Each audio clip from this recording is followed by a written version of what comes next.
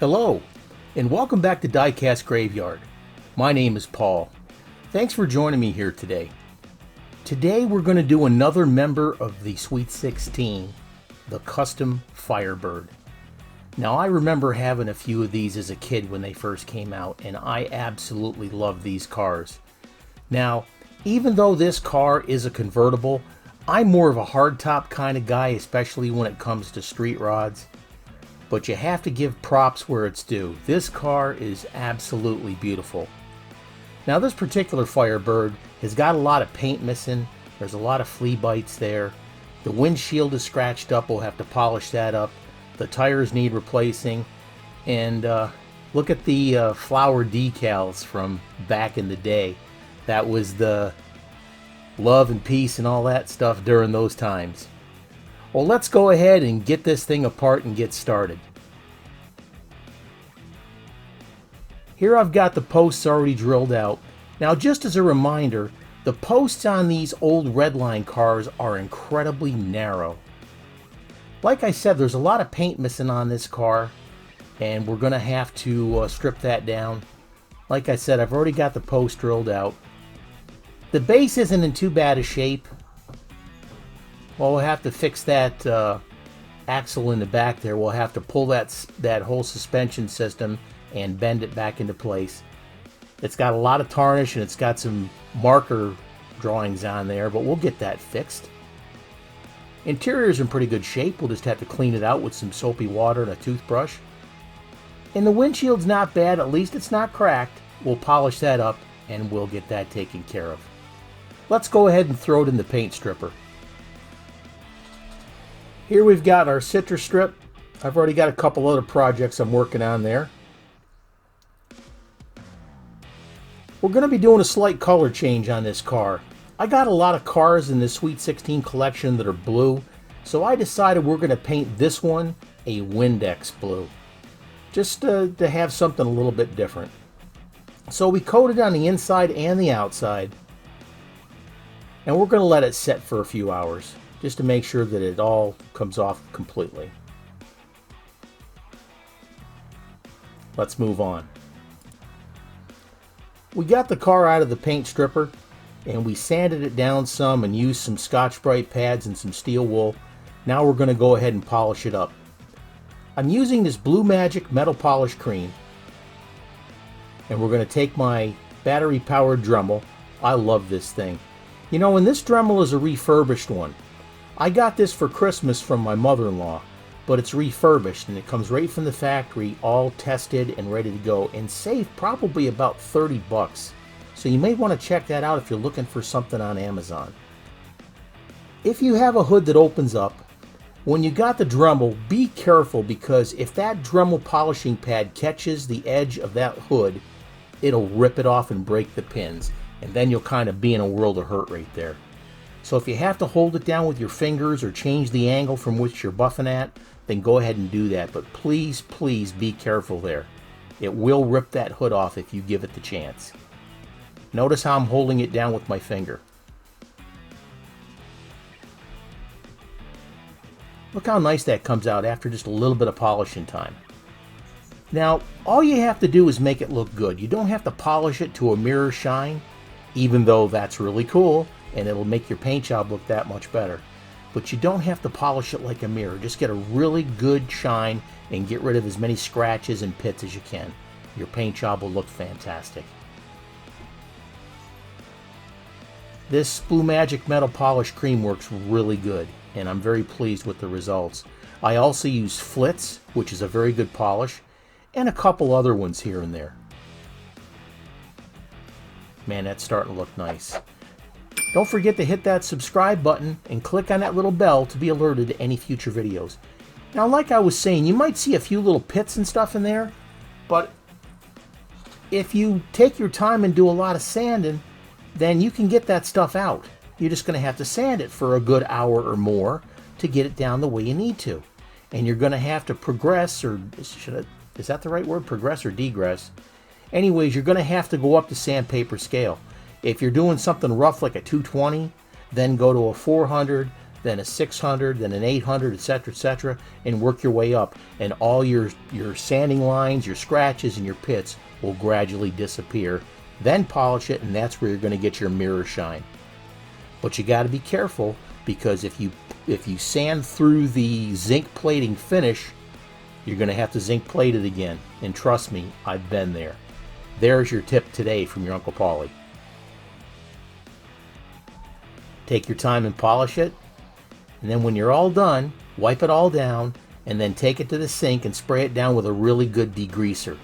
Scrub it down with a toothbrush, wipe it down, rinse it off with warm water, dry it off, and now we're going to paint. Put on some light tack coats. Here again, we're using the Windex Blue. Man, this color is absolutely mesmerizing. Now, the thing about the Spectre Flame paints is you can put on a really nice light coat and it'll look good.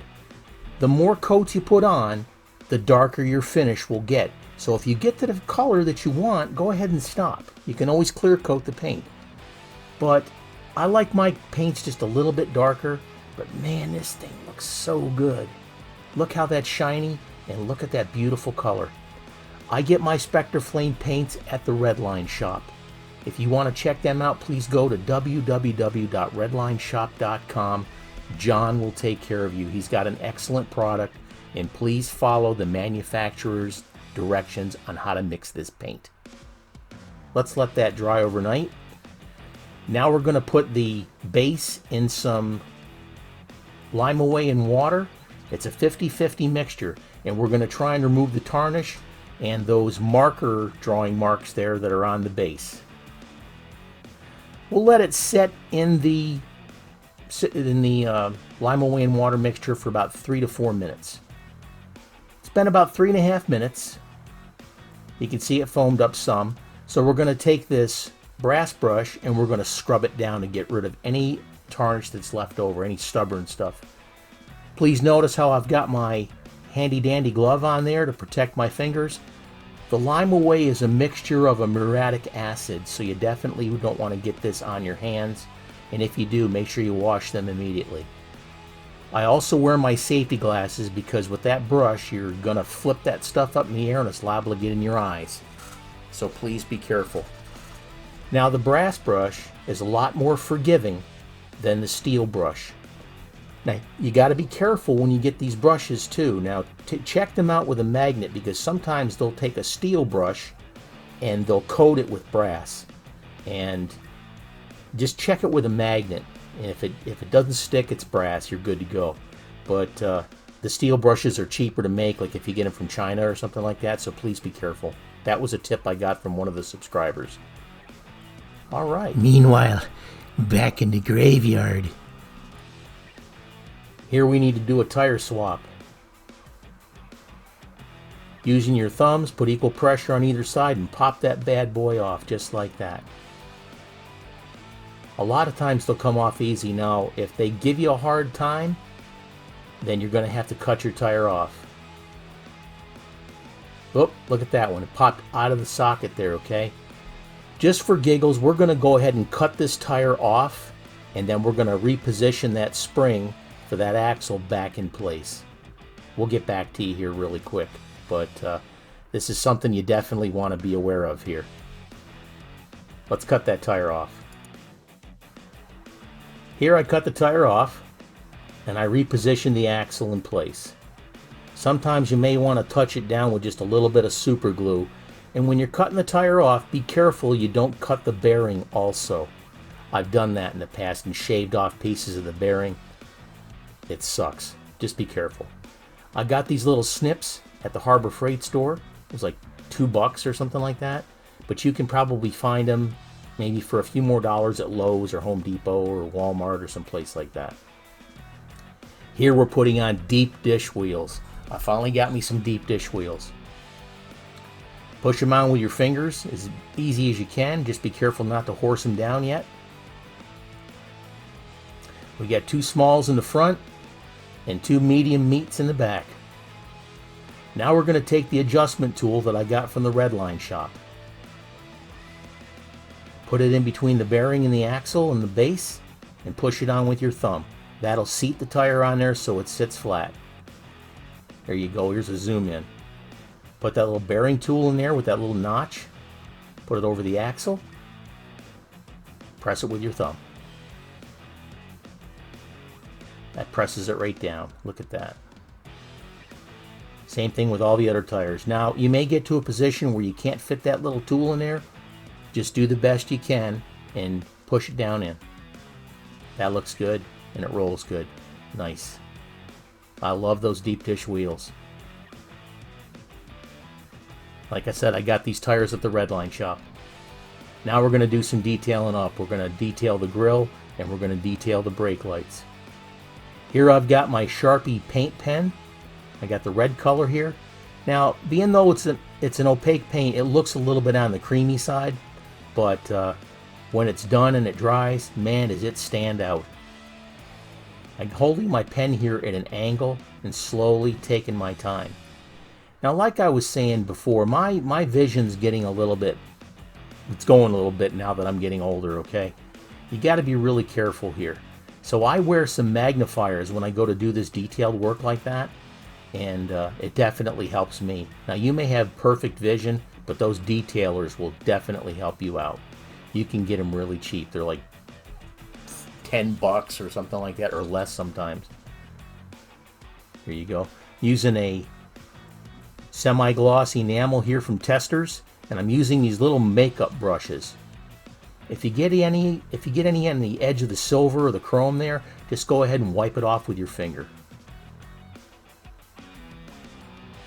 Nice. Now these little tips here that I'm using for this paint, I got those from Amazon, and I was buying them from Hobby Lobby, and you got like 10 for like $3. So I found some on Amazon like 600 for like $6. Do your research. You can definitely find a lot better bargain. Look at that body. It's beautiful. That beautiful Windex blue.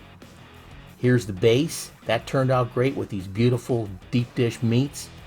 Got the grill all detailed out. Got the taillights all detailed out. We went ahead and polished the windshield. I didn't dip it in the gauzy, but it looks great. And the interior looks fantastic. Let's go ahead and put it together, do our reveal. And this is what we started with. A original Sweet 16 custom Firebird in definite need of a restoration. There was a lot of paint missing on this car, and the wheels are worn out, the body, the base is all tarnished up, the windshield's all scratched up. Definitely in need of a restoration, but it had a lot of good bones to it, so we definitely had something we could restore. Now, if you go to eBay and you look at these cars, man, do they get expensive. They're just really, really overpriced, and I don't understand why people are paying this much for them. But if you want them, you got to pay the price for them, unfortunately. That's the way it goes. I started collecting these cars a couple of years ago, building them up in advance, and knowing that I was going to restore these cars. So I have a supply of them that I can use. And here's what we got to. Look at this gorgeous, beautiful restoration. The Spectre Flame Windex blue paint. The beautiful deep dish wheels from the Redline shop. The base was all polished up. The windshield was cleaned and polished. The details were all done again. Look at how nice that car turned out. Going into the Sweet 16 collection, which will be given away very, very soon because they're all done now, it will be a beautiful giveaway, and I'm looking forward to congratulating the person that wins it.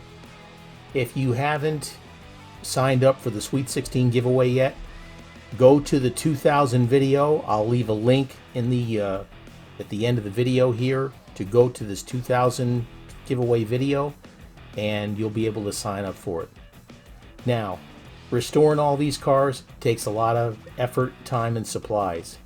I've got a Patreon page, and these folks help with the supplies, but I need your help too, folks.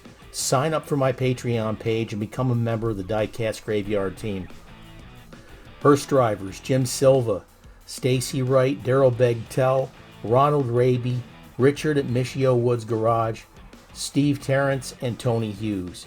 Gravediggers, Aaron Murphy, Ed Ostrander, Andrew Hitchens, Bob DeNice, Les Jenkins, Wade Hendricks, Trevor DeViz, Grizz Flowers, Chris Decker, and new member Jeremy Chipchase. Hats off to the sheriff.